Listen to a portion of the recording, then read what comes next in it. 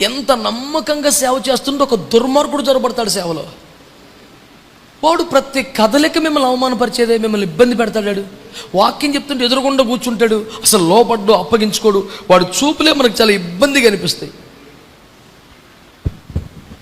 సరిగ్గా వాక్యం చెప్తే వాడి దగ్గరికి వెళ్ళేప్పటికి వాడు చూపులు, వాడు ఎవరిని చూసి మనమే ముఖం తిప్పుకుంటాం, వాడు తిప్పుకోడు అసలు. అలాంటి వారు మీ సేవలో, మీ సంఘ పరిచయం ఎవరైనా మీకు తగిలారు ఎప్పుడైనా? నేను అనుభవించాను అట్లాంటి వాళ్ళు నా సంఘంలో, నా బిడ్డలే. వాడి ముఖం చూస్తే ఇక వాక్యం చెప్పలేను నేను, అలాగైపోతుంది.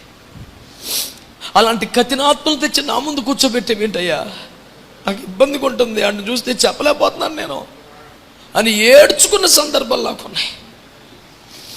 ఇలాంటి వాళ్ళు ఎక్కువగా పాస్టర్లకు తగులుతారు. పాస్టర్లను గౌరవిస్తారు కానీ మీ దగ్గరకు వచ్చేసరికి ఎక్కలేని గర్వం కనపరుస్తారు కొంతమంది విశ్వాసులు. అయ్యగారు వచ్చేసరికి అయ్యగారు లేపంగానే మీ వైపు చూసే పద్ధతే అమర్యాదగా ఉంటుంది. మీరు ఏం చేయలేరు, ఏం అనలేరు. నేనేం తప్పు చేశాను?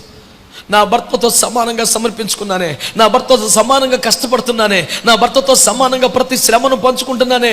తను మేల్కుంటే నేను మేల్కుంటున్నాను, తను ఉపవాసం నేను ఉపవాసం ఉన్నాను, తను ఏడుస్తే ఏడుస్తున్నాను. తననేమో గౌరవిస్తారు, నన్నేమో చిన్న చూపు చూస్తారు. పాస్టర్ను అయినందుకే నాకు ఈ శాపమా ఏంటి దరిద్రం అని ఎంతమంది బిడ్డలు ఏడుస్తూ నాకు ఫోన్లు చేస్తారు. పాస్టర్మని తెలుసా అనయా, నన్ను ఎందుకో మరి సంఘంలో ఎవరు పట్టించుకోరు అనయా, వాళ్ళకి ఏ కష్టం వచ్చినా వాళ్ళ కొంపలకి వెళ్ళి ఏడిసేది నేనేనన్నయ్యా, కానీ నన్ను చాలా చీప్గా చూస్తారన్నయ్య, ఎందుకో పట్టించుకోరన్నయ్య.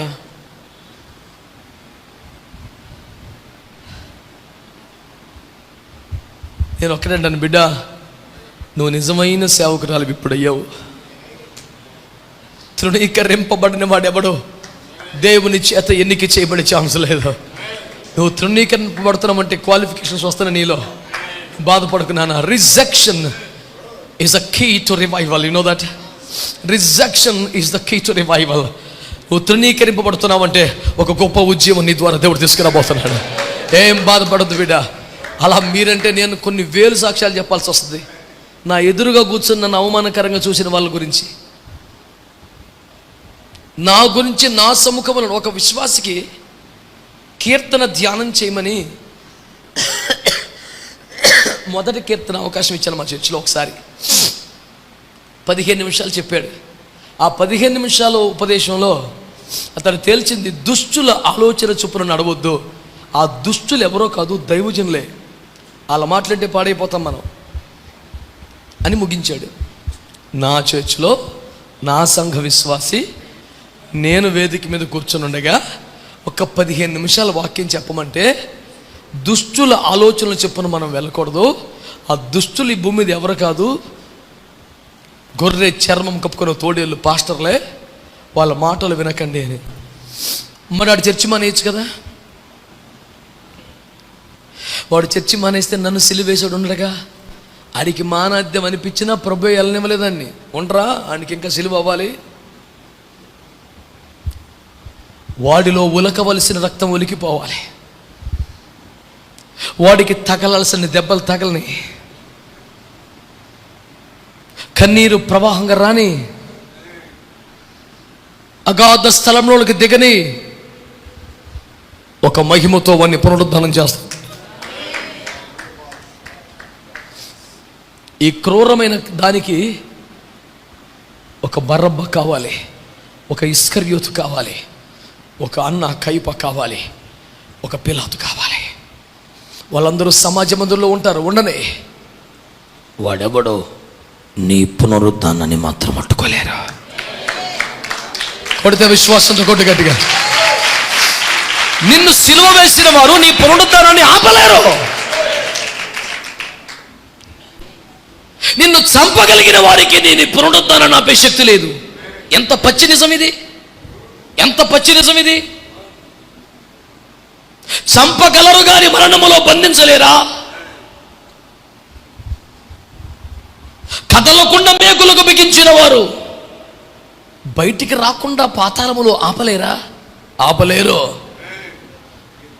కొట్టబడుతున్న సేవకుడా, బాధింపబడుతున్న దైవజనుడా, ఎగతాళి చేయబడుతున్న సేవకురాలా, ఒక దైవ సేవకుడిగా, నీ సహోదరుడిగా, సహదాసుడిగా, ఈ అనుభవాలలోనే బ్రతుకుతున్నవాడిగా, కన్నీళ్లతో మీకు చేస్తున్న పరిచర్య ఈ పూట ఏంటంటే, నువ్వు సరైన రూట్లోనే ఉన్నావు, సరైన దారిలోనే ఉన్నావు, సరైన పద్ధతిలో ఉన్నావు.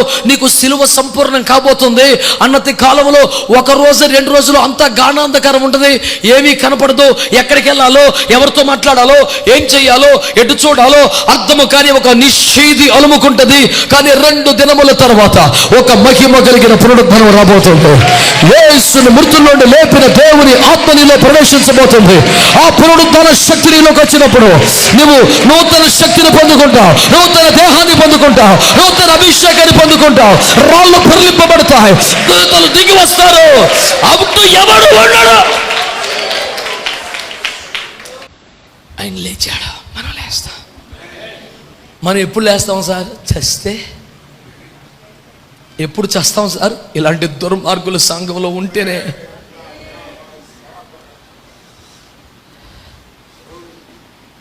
యేసు వలె నాకు పునరుత్థాన బలము కావాలి అనుకుంటే యేసు వలె సిలువ వేయబడాలి కదా. యేసు వలె సిలువ వేయబడాలంటే నమ్మి అన్ని బాధ్యతలు నమ్మకంగా చూసుకునే ఇస్కరియోతు ఒకడు ఉండాలి కదా. ఆడికి సపోర్ట్ చేసే బర్రబ్బ బయట ఉండాలి కదా. వీళ్ళందరినీ మెయింటైన్ చేసే పెద్ద వెనకాల ఉండాలి కదా. మన వెనక ఇంత నెట్వర్క్ ఉంది. మనలోకెళ్ళి చంపడానికి ఇంత పెద్ద పరలోకం చేతకానట్టు చూస్తూ ఉంది. కారణం ఏంటంటే, సిలువ వేయబడేదాకా పరలోకం సైలెంట్. ఒక్కసారి పాతాళంలోకి వెళ్ళాక అప్పుడు పరలోకం పనిచేయడం ప్రారంభిస్తుంది. అప్పుడు దేవుడు స్పందిస్తాడు. నీ శ్రమలు సంపూర్ణం కానీ, నీ నిందలు సంపూర్ణం కానీ, నీ అవమానాలు సంపూర్ణం కానీ, నీ బాధలు సంపూర్ణం కానీ, అయ్యో ఆ బాధ లోయలోకి వెళ్ళని పర్లేదు. One day will come. నీవు ఉవ్వెత్తున ఎగసిపడి ఒక దినం ఉంది.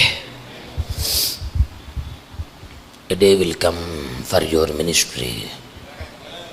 A day will come for your life. నీ జీవితానికి, నీ సేవకి ఒక ప్రత్యేక దినం ఉంది. చీకటి కమ్ముకున్న దినం మాత్రమే ఉంటుందా? ఎటు కదలలేక 3 మేకులకు బిగించబడే రోజు మాత్రమే ఉంటుందా? మూసిన తలుపుల్లోకి వెళ్ళే రోజు ఒకటి రాబోతుంది. కొట్టు గట్టిగా చప్పట్లు. నీ కొరకు తలుపులు తెరిసేవారు అక్కర్లా. మూసిన తలుపులలో నుండి ప్రవేశించే ఒక రోజు రాబోతుంది. నువ్వు ఎక్కడికి కావాలంటే అక్కడికి వెళ్ళబోతున్నావు. ఎక్కడ కావాలంటే అక్కడ నిలబడతావు. నీకెవడో తలుపులు తెలవక్కర్లా. నీవు దూసుకుని పోయే ఒక అభిషేకం, దూసుకుని పోయే ఒక anointing, break through power, break through anointing will come upon you in Jesus name. అన్నయ్య,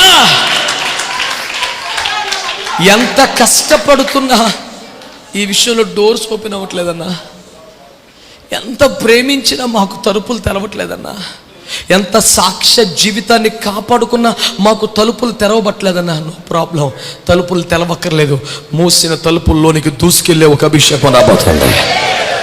ఆమేన్.